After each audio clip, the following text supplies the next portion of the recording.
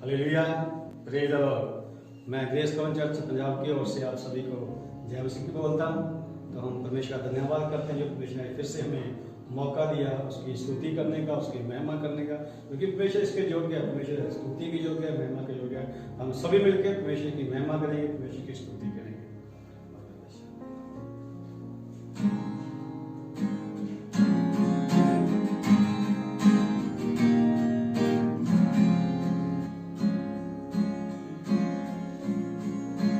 सेनाओं का यहोवा हमारे आगे संगे है, याकूब का परमेश्वर हमारा उजागर है। सेनाओं का यहोवा हमारे आगे संगे है, याकूब का परमेश्वर हमारा उजागर है। सेनाओं का यहोवा हमारे आगे संगे है, याकूब का परमेश्वर हमारा उजागर है।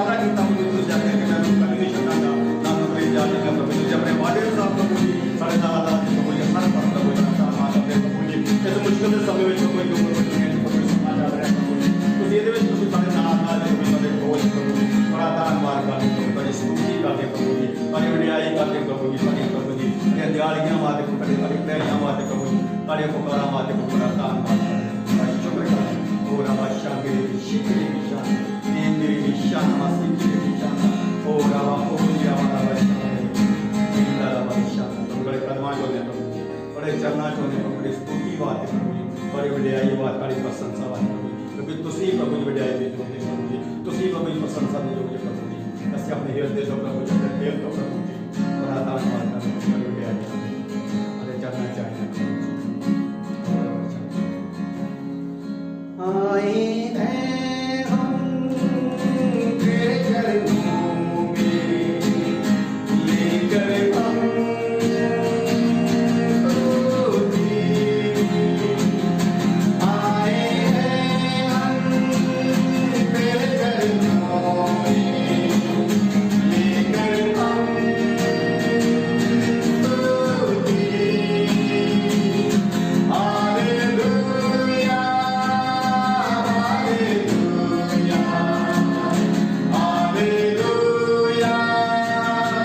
हम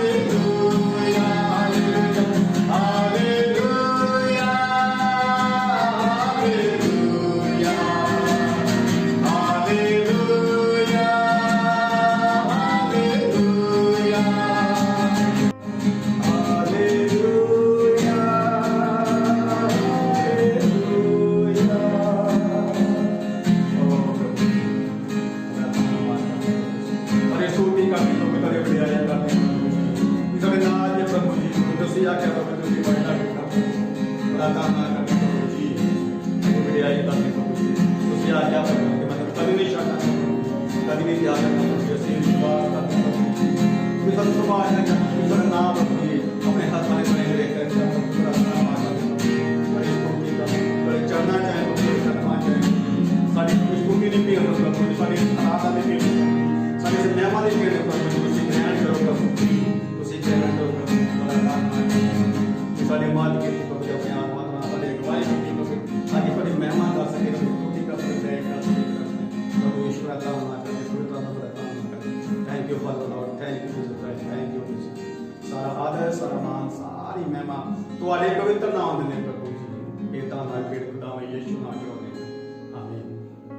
हालेलुया हालेलुया। अभी हम अपने परमेश्वर के दास से परमेश्वर का वचन सुनेंगे।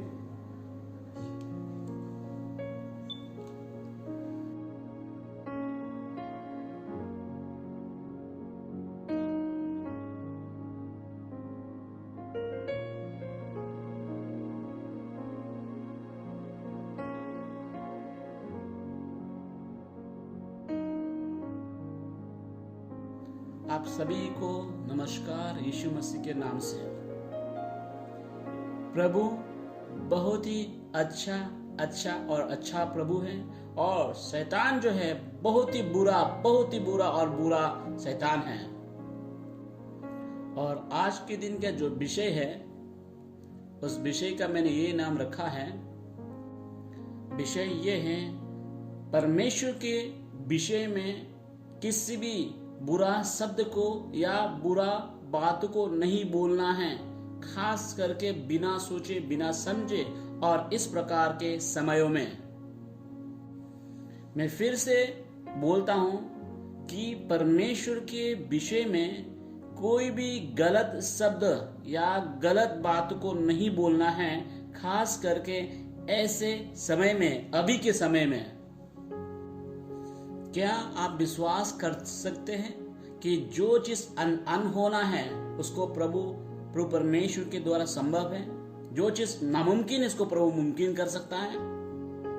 क्या आप विश्वास करते हैं कि परमेश्वर जो है सब कुछ नियंत्रण कर सकता है, सब कुछ कंट्रोल कर सकता है आज के ऐसे समय में भी? क्या आप विश्वास करते हैं कि प्रभु जो है सर्वशक्तिमान प्रभु है? क्या आप विश्वास करते हैं कि जो चीज इंसान नहीं कर सकता वो प्रभु कर सकता है? मैं विश्वास करता हूं कि प्रभु कर सकता है उन कामों को जो इंसान नहीं कर सकता। मेरे प्यारे दोस्तों, प्रभु आपसे प्यार करता है। परमेश्वर को आपके विषय में परवाह है। सुनिए, परमेश्वर ने सारा सृष्टि को उसने बनाया, जहां कुछ नहीं था उसमें से प्रभु ने बनाया। और परमेश्वर ने इस सृष्टि को, इस पृथ्वी को जो है किसी भी चीज के ऊपर में नहीं लटकाया। और मैं आपसे कहना चाहता हूं कि ना हमारे साथ कुछ होगा, ना आपके साथ कुछ होगा बिना परमेश्वर की मर्जी से, बिना परमेश्वर का इजाजत से हमारे साथ कुछ भी दुर्घटना नहीं होगा। कुछ भी नहीं होगा हमारे साथ, कुछ भी नहीं होगा आपके साथ बिना परमेश्वर का इजाजत से, बिना परमेश्वर का मर्जी से। सुनिए प्रभु यीशु मसीह ने क्या कहा। मत्ती की किताब 10 अध्याय का 29वां वचन में हम पढ़ेंगे क्या कहता है। क्या पैसे में 2 गैरिये नहीं बिकती? तभी तुम्हारे पिता की इच्छा के बिना उसमें से एक भी भूमि पर नहीं गिर सकती। मैं फिर से कहना चाहता हूं, क्या पैसे में 2 गैरिये नहीं बिकती? तभी तुम्हारे पिता के इच्छा के बिना उसमें से एक भी भूमि पर नहीं गिर सकती। और यीशु मसीह ने लूका किताब 12 अध्याय के 7वां वचन में फिर से इस तरह से कहा है, तुम्हारे सिर के सब बाल भी गिने हुए हैं, इसलिए डरो नहीं, तुम बहुत गहरियों से बढ़कर हो। इसी कारण परमेश्वर हमारे जीवन में, आपके जीवन में कोई भी ऐसा कुछ आने नहीं देगा, होने नहीं देगा बिना परमेश्वर की इजाजत का, बिना परमेश्वर का मकसद का। जो कुछ भी हमारे साथ हो रहा है कि हाँ, उसके लिए परमेश्वर के पास में योजना है। और मैं चाहता हूं इस समय हम परमेश्वर के वचन मत्ती किताब 14 अध्याय का 22 से लेकर 33 तक हम पढ़ेंगे। और इस पद को, इन वचनों को पढ़ने से पहले चलिए उससे पहले की वचन को हम देखेंगे, जो मत्ती किताब 14 अध्याय का 13 वचन से लेकर 21वां वचन तक है। और इस जगह पे हम क्या देखते हैं कि यीशु मसीह ने अद्भुत काम को किया है जो इस धरती पर और किसी ने नहीं किया। और इस जगह पे आप क्या देखते हैं कि यीशु मसीह ने 5000 लोगों को खिलाया, केवल 5 रोटी और 2 मछली के द्वारा। असल में कुछ परमेश्वर के जनों ने जो इस किताब बाइबल को रिसर्च किया है, उन लोग ये कहते हैं कि उस समय 20,000 लोग उस जगह पे थे। सारे बच्चे और सारे बुजुर्ग, इवन सारे जो कहता है स्त्रियां, सभी को मिलाकर उस जगह पे 20,000 के आसपास थे। उसने, यीशु मसीह ने उन 20,000 लोगों को खिलाया है केवल 5 रोटी और 2 मछली के द्वारा। और उस समय क्या हुआ, सारे भीड़ जो है बहुत ज्यादा खुश हो गए। और मान लो कि यीशु मसीह के चेले जो जगह पे चिल्लाने लगे हालेलुया, प्रेज द लॉर्ड बोलकर। इसका कारण ये था, उन सभी का पेट भर चुका था, उसके बावजूद भी उनके पास में और बहुत सारे बचा हुआ था। और अभी हम उस वचन को देखिए, मत्ती किताब 14 अध्याय का 22 से लेकर 33 तक। जब यीशु मसीह ने उन सारे भूखे लोगों को खाना खिलाया, और यीशु मसीह ने अपने चेलों से कहा कि वो नाव में बैठकर झील के उस पार चले जाए। और बाइबल ये कहती है जब यीशु के चेले जब नाव में बैठे थे और वो झील में अचानक से तूफान आने के कारण उनका नाव जो है डगमगाने लगा, और यीशु मसीह ने उनको देखा कि उनके चेले जो किस तरह से कहता डरे हुए थे, और वो जो कहता है उस नाव को जो काबू में नहीं कर पा रहे थे। जब यीशु ने देखा कि उसके चेले कितना ज्यादा संघर्ष कर रहे थे उस नाव को काबू में लाने के लिए, और यीशु उनके पास आए।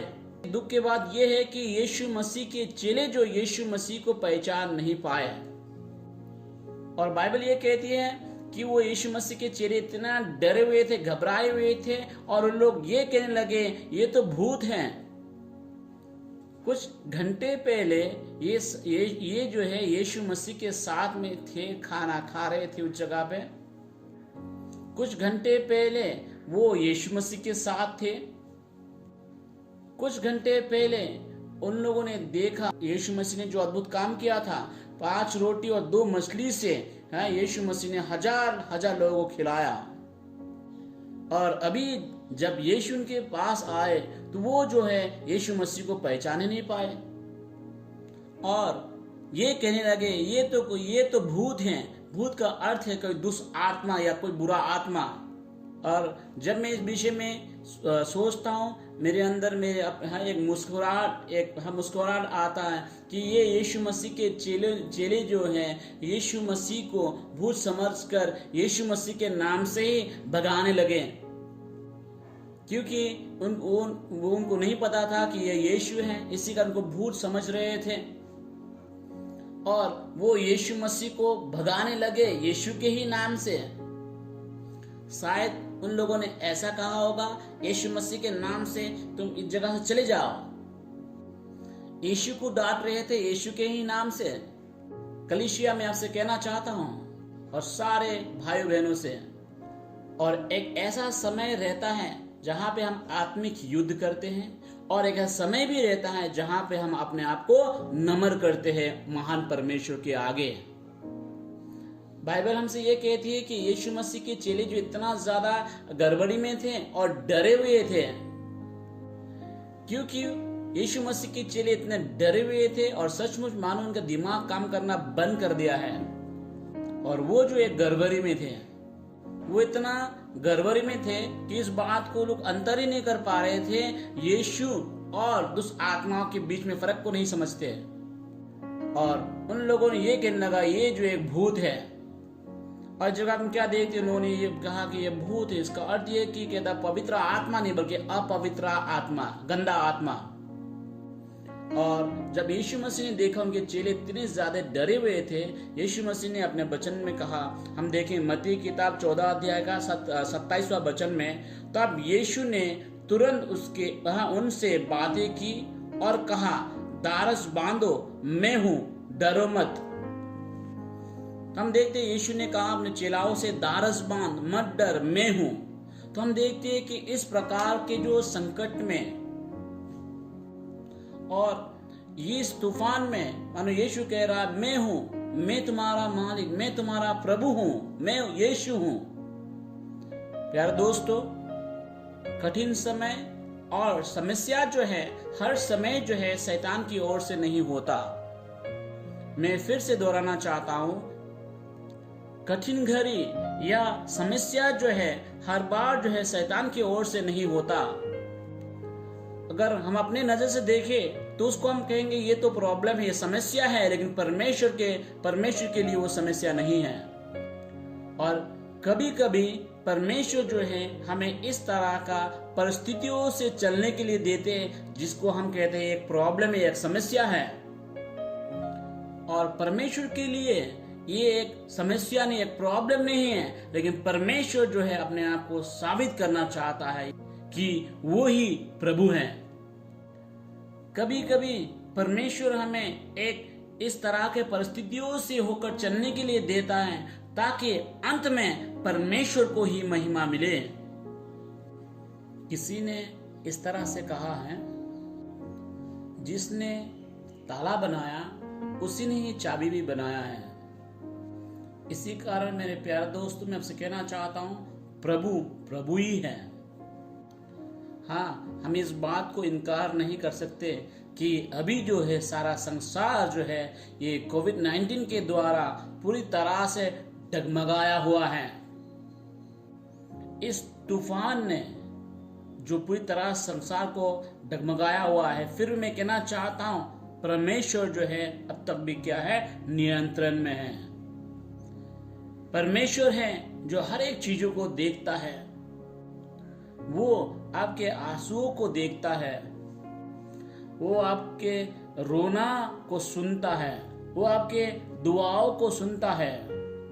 एक ऐसा परमेश्वर है जो बिल्कुल जीवित है। मैं आपसे कहना चाहता हूं, अब जबकि सारा संसार कहता है इस तूफान के कारण डगमगाया है, लेकिन चलिए फिर भी हम परमेश्वर के विरोध में कोई गलत बातों को ना बोले। जैसे कि हम आपको समझाना चाहते हैं यायूब के जीवन में 3 दोस्तों के विषय में। मेरे पास में कहानी आपको बोलने के लिए। एक बार एक पिताजी जो है एक छोटा सा लड़का को लेकर वो दर्जी के पास गया। उस समय पिताजी ने उस दर्जी को जो है कहता है कपड़ा, सूट का एक कपड़ा दिया जो कि बहुत महंगा था। और उसके बाद वो दर्जी ने क्या किया, उस लड़का का उसके ऊपर में मेजरमेंट को लिया है।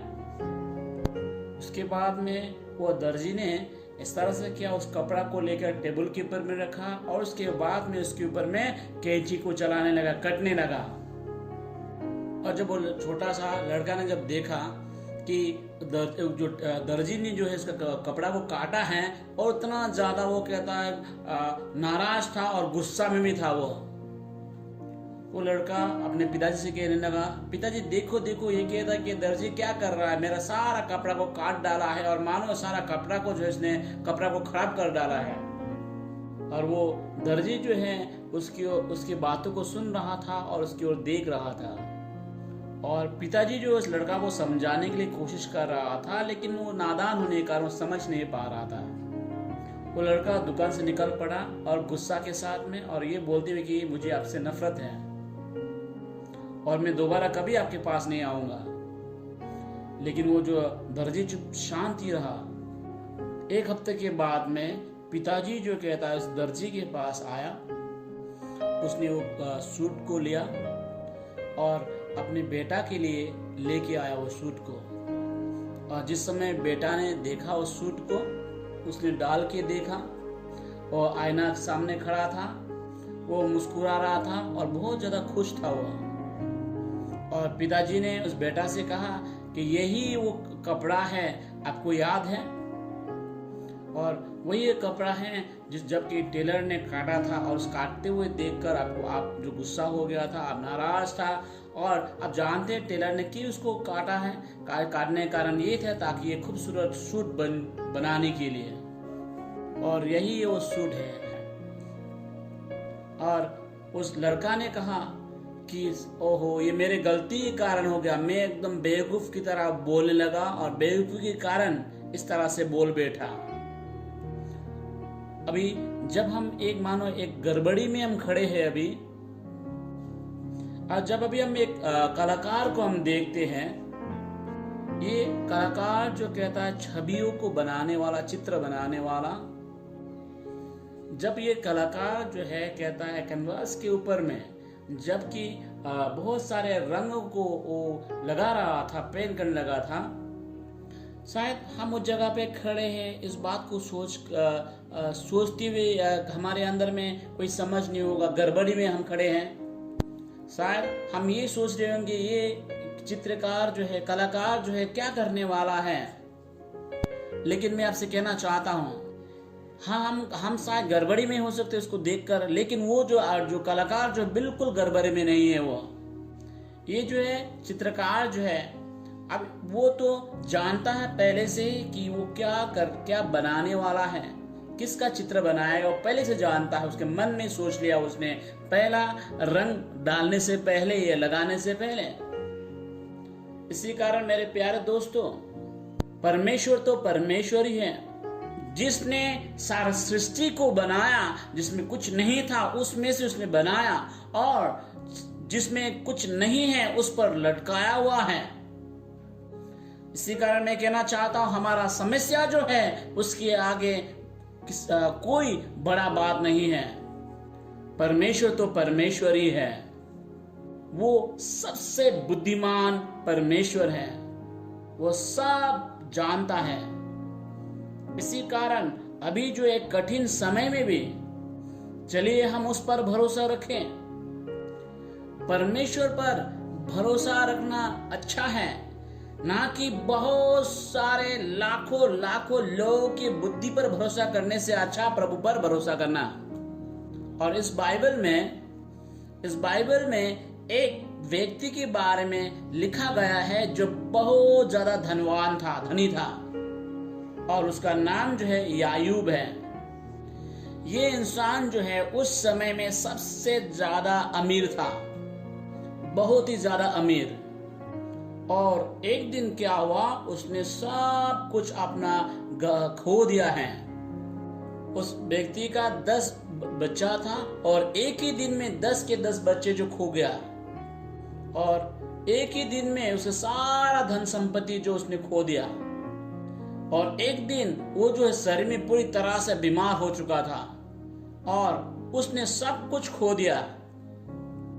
और उसके पत्नी ने भी उसको आकर ये कहने लगा कि तू क्यों परमेश्वर को श्रापता नहीं, कोसता नहीं, उसे कोस और तू मर जा। और यायूब भी जो है निराश हो चुका था, हताश हो चुका था। उसका कारण ये था जो कुछ उसके जीवन में आने लगा। सुनिए, उस दिन यायूब जो है अपने जन्मदिन को भी उसने कोसने लगा, क्योंकि उसने सब कुछ खो दिया था। उसने सारा चीजों को खो दिया जो उसके पास था, और मानो ऐसा जान पड़ता था कि वो जीने का शक्ति को भी उसने खो दिया है। और मानो उसके मन में जो कहता आत्महत्या करने वाला आत्मा बोलने लगा। शायद आप मुझसे पूछेंगे आपको कैसे पता चला? मैं आपके लिए बाइबल से पढ़ना चाहता हूं। तो यायूब की किताब 3 अध्याय का पहला वचन में हम देखेंगे, और इसका कहता है, इसके बाद, यानी कि जो कुछ हो चुका था, जो कुछ उसने खो दिया था, उसके बाद अय्यूब मुंह खोलकर अपने जन्म दिवस को धिक्कारने लगा।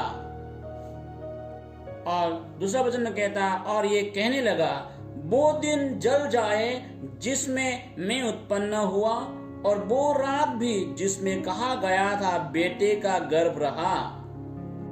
इसका अर्थ ये है कि यायूब जो है बहुत ज्यादा निराश था। और यायूब की किताब 3 अध्याय 11 वचन में हम देखेंगे, यायूब इस बात को कहने लगा, मैं गर्भ ही में क्यों मर नहीं गया, पेट से निकालते ही मेरा प्राण क्यों नहीं छूटा। सवाल ये होता है कि यायूब ने इन सारे बातों को क्यों कहा। कारण ये था कि जो कुछ उसके पास में था सब कुछ तो खत्म हो चुका था, और ये कहने लगा कि कोई अच्छा अभी मेरे पास नहीं आ सकता। और उसको ये जान पड़ा कि अभी उसके जीवन का सब कुछ जो है खत्म हो चुका है। इसी कारण यायूब ने इन सारे बातों को बोला है, जैसे कि अभी अभी हमने पढ़ा है बाइबल से। इसी कारण प्यारे दोस्तों, चलिए हम परमेश्वर के विरोध में कोई गलत तरीका से बात ना करें, और जबकि इस कठिन समय में भी चलिए हम देखते हैं परमेश्वर के वचन से ही यायूब की किताब से। यायूब की किताब 42 अध्याय 42 चैप्टर का पहला वचन से हम देखेंगे।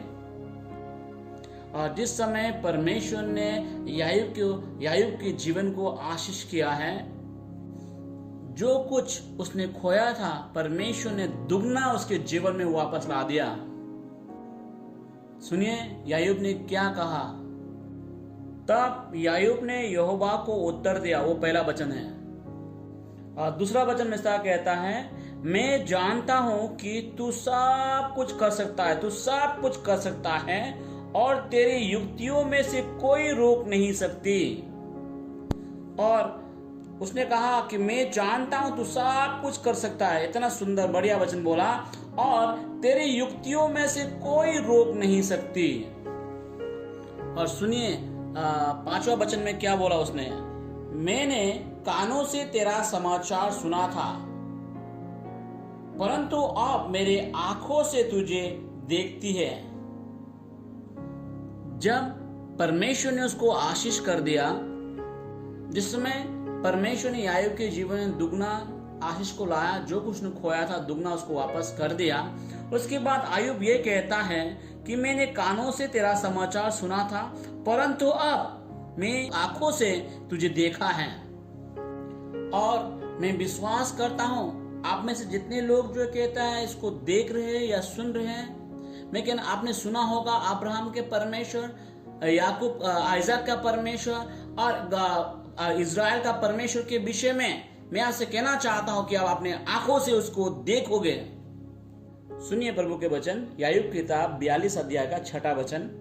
जब परमेश्वर ने याकूब को आशीष किया, जो उसके जीवन में था उसका दुगना आशीष प्रभु ने उसको कर दिया, तब याकूब ने इन वचनों को कहा। याकूब की किताब 42 अध्याय का 6वां वचन में कहता है, इसलिए मुझे अपने ऊपर घृणा आती है और मैं धूल और राख में पश्चाताप करता हूं। इसी कारण मैं पश्चाताप करता हूं, तौबा करता हूं। जो कुछ वचन मैंने बोला है, जो गलत वचन को मैंने बोला है, उससे मैं माफी मांगता हूं। इसी कारण मैं अपने आप को घृणा करता हूं। इसी कारण याकूब ने कहा, मुझे अपने ऊपर घृणा आती है क्योंकि मैंने इन वचनों को बोला, इन बातों को मैंने बोला है। इसलिए मैंने अपने जन्मदिन को मैंने कोसा है। इसी कारण मैं, जैसे कि मैंने पहले से आपको बोला है, इस कठिन समयों में भी हमें परमेश्वर के विरोध में किसी प्रकार का बात नहीं बोलना है। हाँ, जबकि आपका बिजनेस भी लॉस में जा रहा है या किसी का जीवन भी खो गया है, चलिए हम परमेश्वर के विरोध में कोई गलत बातों को ना बोलें, क्योंकि परमेश्वर सब जानता है। परमेश्वर हर एक चीजों को देखता है। जो कुछ भी हो रहा है अभी भी परमेश्वर के हाथों में सब कुछ है। अब्राहम का परमेश्वर, आइजक का परमेश्वर, याकूब का परमेश्वर, हमारा परमेश्वर, यीशु मसीह का प्रभु, यीशु मसीह का पिता जो है हमारा प्रभु है, आज के दिन तक वो जीवित है। और हमारा प्रभु जो है कभी नहीं सोता। जिस तरह से और दूसरे लोगों के प्रभु जो है सोते हैं, जिस तरह एलीशा ने कहा एक समय, मेरा परमेश्वर और आपका परमेश्वर ना वो सोता है ना वो झपकी लेता है, वो सारा चीजों को अपने हाथों में संभाल के रखा है। सुनिए बाइबल क्या कहता है इस प्रभु के विषय में। भजन संहिता 121 का 3रा वचन, ध्यान सुनिए परमेश्वर का वचन क्या कहता है। तेरा रक्षक कभी नहीं उगेगा, यानी कि आपके लिए गुड न्यूज है, शुभ संदेश है। जो हमारा परमेश्वर जो है हमारे ऊपर में ध्यान रखता है, हमारे ऊपर परवाह करता है, वो ना कभी सोएगा ना वो कहता झपकी लेगा। जब आपके माता पिता सो रहे थे रात को, कोई है जो आपके ऊपर में आपको देखभाल करता है, ना तो वो सोएगा ना वो झपकी लेगा, और वो आपका परमेश्वर है। वो आपके बारे में परवाह करता है, वो आपसे बहुत प्यार करता है। इसी कारण प्यार दोस्तों, चलिए हम उस पर भरोसा करें, चलिए हम उस पर भरोसा करें इस कठिन समय में भी। मैं एक बात को आपके सामने लाना चाहता हूं, बोलना चाहता हूं। कृपया मुझे गलत नहीं समझना, क्योंकि जो कुछ मैं बोलने वाला हूं, सुनिए, इस कोविड-19 के द्वारा प्रभु को महिमा मिलेगा। इस कोविड-19 के द्वारा परमेश्वर को महिमा मिलेगा। हालेलुया।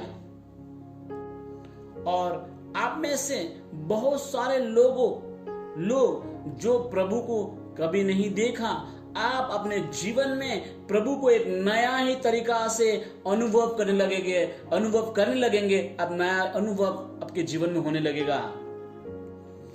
मैं अपने जीवन के बारे में आपको कहानी बताना चाहता हूँ। मैं जब एक छोटा लड़का था और जब मैं बाइबल को पढ़ने लगा था और खास करके निर्गम के किताब को, फारो के ऊपर मेरा बहुत ज्यादा गुस्सा था उसके ऊपर में। क्यों? इसका कारण ये था, फारो जो कहता है लोगों को सताता है, मारता है और उनको दुख देता है। और मैं जो बहुत गुस्सा कर रहा था फारो के ऊपर में, और मान लीजिए और उन दिनों में कोई जाता भी है मिस्र देश में, इजरायली में से कोई जाकर कहता है कि परमेश्वर ने फारो को जो है तुम लोगों के लिए अच्छा करने के लिए प्रभु ने रखा है, कोई विश्वास नहीं करेगा इस बात को। और मान लीजिए इसमें कोई कहता भी है कि परमेश्वर ने फारो को तुम लोगों के लिए अच्छा करने के लिए खड़ा किया, कोई इस बात को मानता नहीं शायद। और सचमुच एक सच्चाई है ये। अगर कोई आके कहता है कि फारो को परमेश्वर ने तुम लोगों के लिए अच्छा करने के लिए खड़ा किया, तैयार किया, तो कौन विश्वास करेगा? क्योंकि इजरायली देखते हैं, क्योंकि रिश्तेदार मर रहे हैं, नया बच्चा, नया शिशु को मार रहा है, लोगों को टॉर्चर किया जा रहा है, सताया जा रहा है, वो कौन विश्वास करेगा कि इस बात को कि परमेश्वर ने फारो को इन लोगों के लिए अच्छा करने के लिए रखा है। और शायद वो लोग ये भी कहते होंगे, ये किस प्रकार का प्रभु है जो ऐसा सोचता है। लेकिन सुनिए बाइबल क्या कहता है। सुनिए निर्गमन की किताब 9 अध्याय का 16 वचन में क्या कहता है। परंतु सचमुच मैंने अर्थात परमेश्वर ने ये फारो को कहा, मैंने इसी कारण तुझे बनाए रखा। वो मकसद क्या था? और मैं परमेश्वर ताकि तुझे सामर्थ दिखलाऊं और अपना नाम सारे पृथ्वी पर प्रसिद्ध करूं। परमेश्वर ने फारो को रखा था परमेश्वर की अपने महिमा के लिए, परमेश्वर का अपना मकसद और अपना योजना पूरा करने के लिए। मैं फिर से पढ़ूंगा आपके लिए। परंतु सचमुच मैंने इसी कारण तुझे बनाए रखा है कि तुझे अपनी सामर्थ दिखलाऊं और अपना नाम सारे पृथ्वी पर प्रसिद्ध करूं। हालेलुया। मेरे प्यारे दोस्तों, इस कोविड-19 के द्वारा परमेश्वर अपना अद्भुत सामर्थ को दिखलाएगा ताकि उसके नाम जो है सारे देशों में जो है कहता प्रसिद्ध हो जाए और अंत में परमेश्वर को महिमा मिले। इसी कारण अभी हम चलिए इस कोविड-19 को जो है अभी हम अपने ही नजरिया से नहीं, अपने ही सोच विचारों के द्वारा नहीं, अपने ही कहता है कि बुद्धि के द्वारा नहीं, बल्कि परमेश्वर या नजरिया से हम देखें। परमेश्वर जिस तरह सोचता है उस ओर से हम भी सोचें। चलिए इस समय का परिस्थितियों को हम अपने नजर से नहीं बल्कि परमेश्वर या नजरिया से देखें। सुनिए परमेश्वर के वचन बाइबल में क्या लिखा है। रोमी किताब 9 अध्याय का 17 वचन, क्योंकि पवित्र शास्त्र में फिरौन से कहा गया, मैंने तुझे इसलिए खड़ा किया है कि तुझ में अपनी सामर्थ दिखलाऊं और मेरे नाम का प्रचार सारे पृथ्वी पर हो। प्यारे दोस्तों, मैं आपसे कहता हूं, महान परमेश्वर का नाम जो है प्रचार होगा इस कोविड-19 के द्वारा सारे पृथ्वी पर। महान परमेश्वर के नाम जो है सारे संसार में प्रचार होगा इस कोविड-19 के द्वारा। मैं बहुत ज्यादा खुश हूं जब मैं परमेश्वर या नजरिया से देखता हूं इस परिस्थिति को। मैं खुश हूं। आप जानते हैं क्यों? क्योंकि जागरण यानी कि रिवाइवल जो है आ रहा है। क्योंकि रिवाइवल जो है या आत्मिक जागरण जो है सारा संसार को छूने वाला है। और बाइबल कहती है कि परमेश्वर का नाम, प्रभु का नाम जो है सारा पृथ्वी पर प्रचार होगा। प्रभु का वचन क्या कहता है? यीशु ने कहा, कहता है कि राज्य का सुसमाचार हर एक देशों में, हर एक जातियों के बीच में ये परमेश्वर के राज्य का सुसमाचार प्रचार होगा, तब जाकर जगत का अंत होगा। परमेश्वर का सुसमाचार, परमेश्वर के राज्य का सुसमाचार जो है सारा संसार में प्रचार किया जाएगा एक गवाह के रूप में, तब जाकर जो है इस संसार का अंत होगा। और वो वचन जो यीशु मसीह का वचन जो है पौलुस के द्वारा लिखा गया फिलिपी में कहा गया, हर एक घुटना टेकेगा, हर एक जीव अंगीकार करेगा कि यीशु प्रभु है। इस धरती पर, धरती के नीचे हर एक लोग अंगीकार करेगा कि यीशु प्रभु है और प्रभु की महिमा के लिए होगा। वो वचन पूरा होगा जो पौलुस के द्वारा फिलिपी में बोला गया था कि हर एक घुटना टेकेगा, जीव अंगीकार करेगा कि यीशु प्रभु है बोलकर। हालेलुया, प्रभु परमेश्वर की महिमा हो। यीशु के नाम के आगे हर एक घुटना को झुकना होगा, जो स्वर्ग में है, जो इस पृथ्वी पर है, जो इस पृथ्वी के नीचे है, इस अंगीकार कर ले कि यीशु ही प्रभु है। प्रभु परमेश्वर की महिमा के लिए। हालेलुया। संसार अब ये गड़बड़ी में है, इस पृथ्वी मानो डगमगाया हुआ है, ये धरती जो है डगमगाया है, लेकिन परमेश्वर को कोई हिला नहीं सका।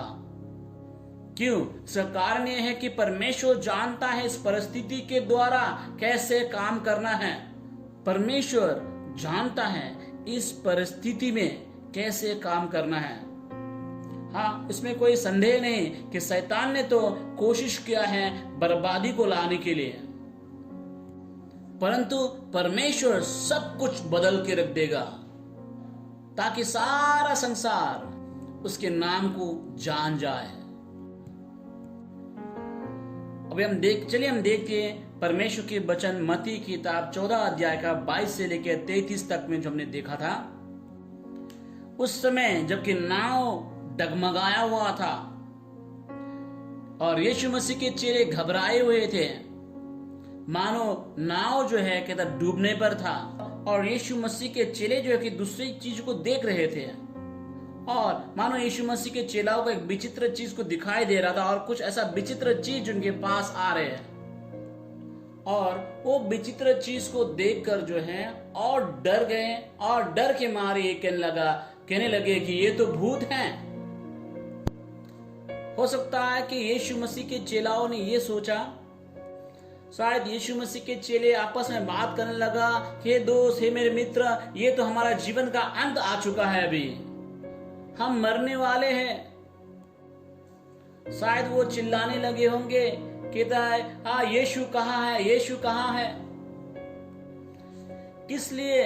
कि उसने हमें इस कतार पर लाकर ऐसा कठिन समय में हम लोगों को लाकर छोड़ दिया है, कहाँ चले गए वो।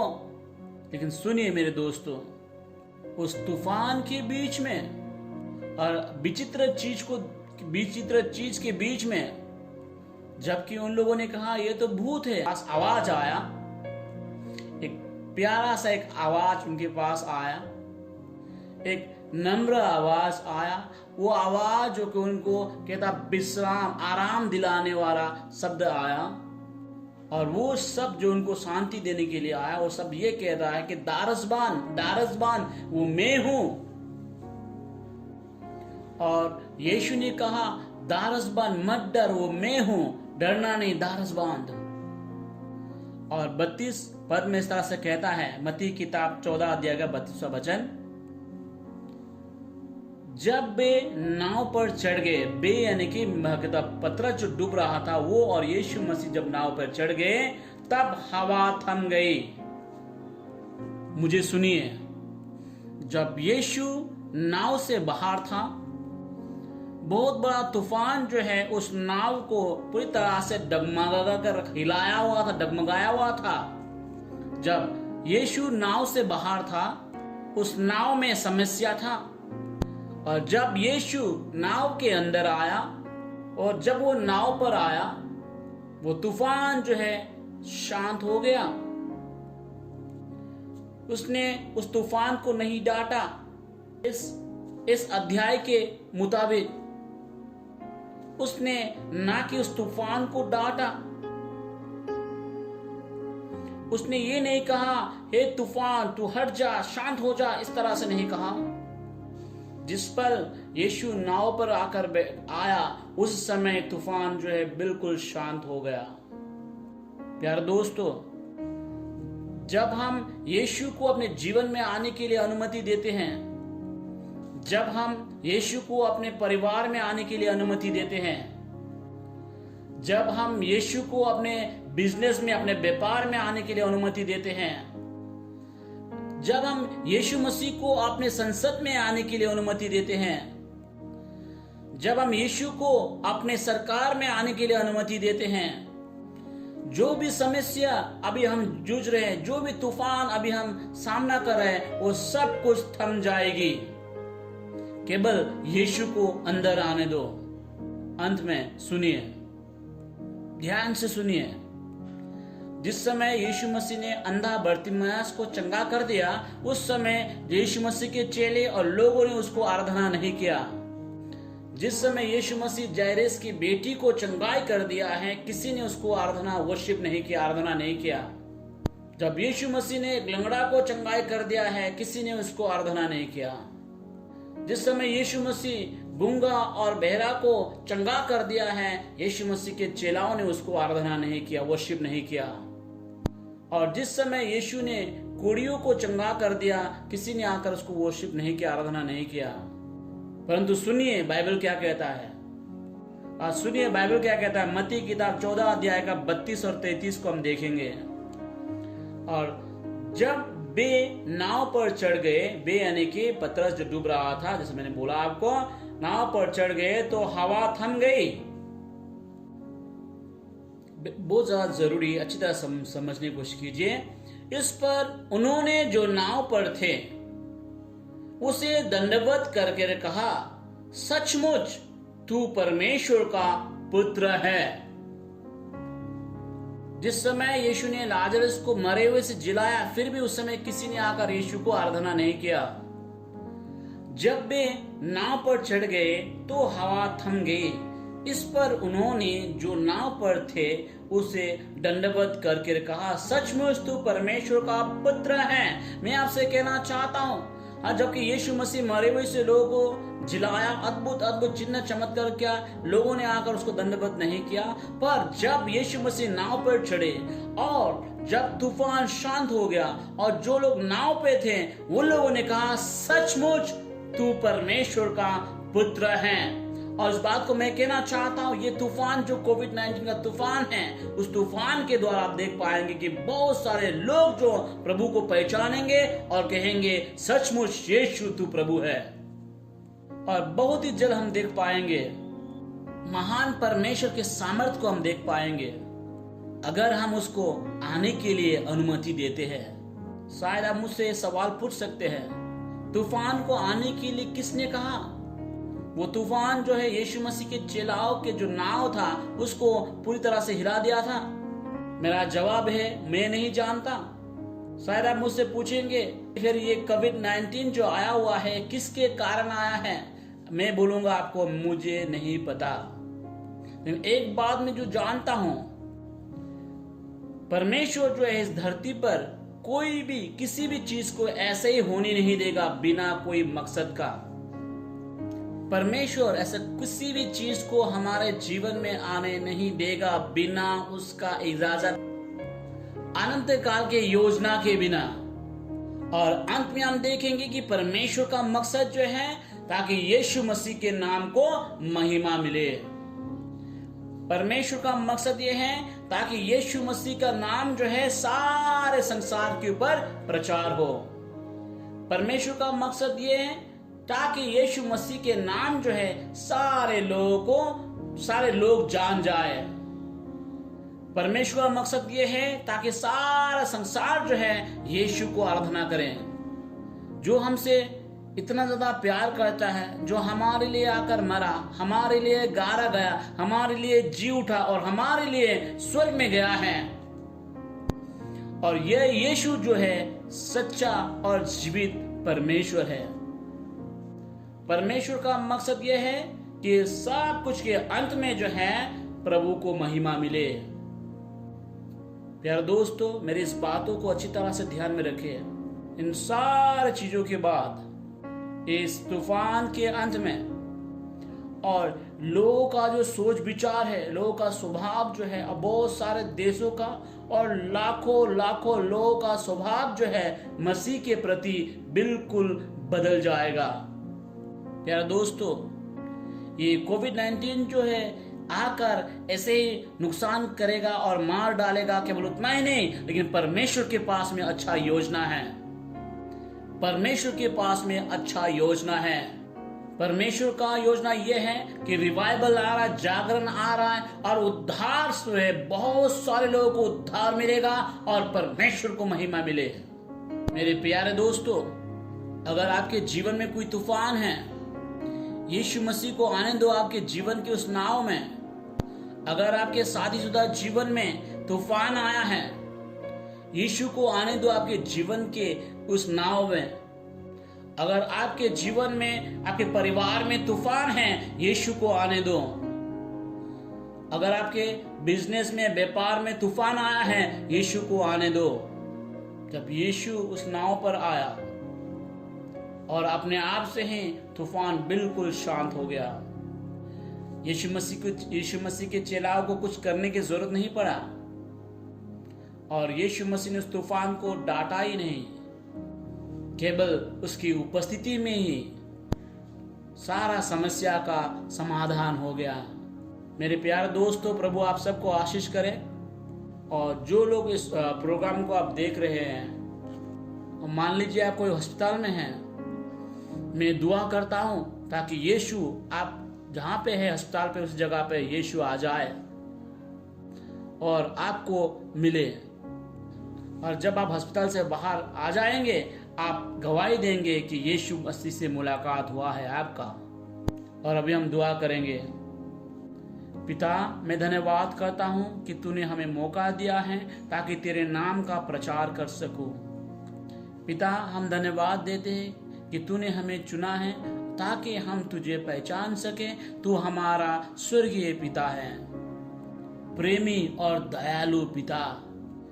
पिता, हम धन्यवाद करते हैं कि सब कुछ, सारा सृष्टि जो है तेरे हाथों में है और कोई भी चीज जो है हमारे जीवन में अचानक से नहीं आया है और सब कुछ जो है तेरे योजना के अंदर है, जो अनंत काल का योजना है उसी में है। प्रभु, हमें सहायता कर ताकि हम तुझ पर भरोसा करें और तुझ पर भरोसा कर सके प्रभु, क्योंकि हम जानते हैं हमारा एक प्रभु है जो हमारे बारे में परवाह करता है और सब कुछ जानता है हमारे विषय में। पिता, हम धन्यवाद करते हैं एक बार फिर से, और सारे प्रार्थना जो प्रभु आपके पुत्र यीशु मसीह के नाम से हम कहते हैं और सभी कहे आमेन, आमेन, आमेन। प्रभु आपको आशीष करे।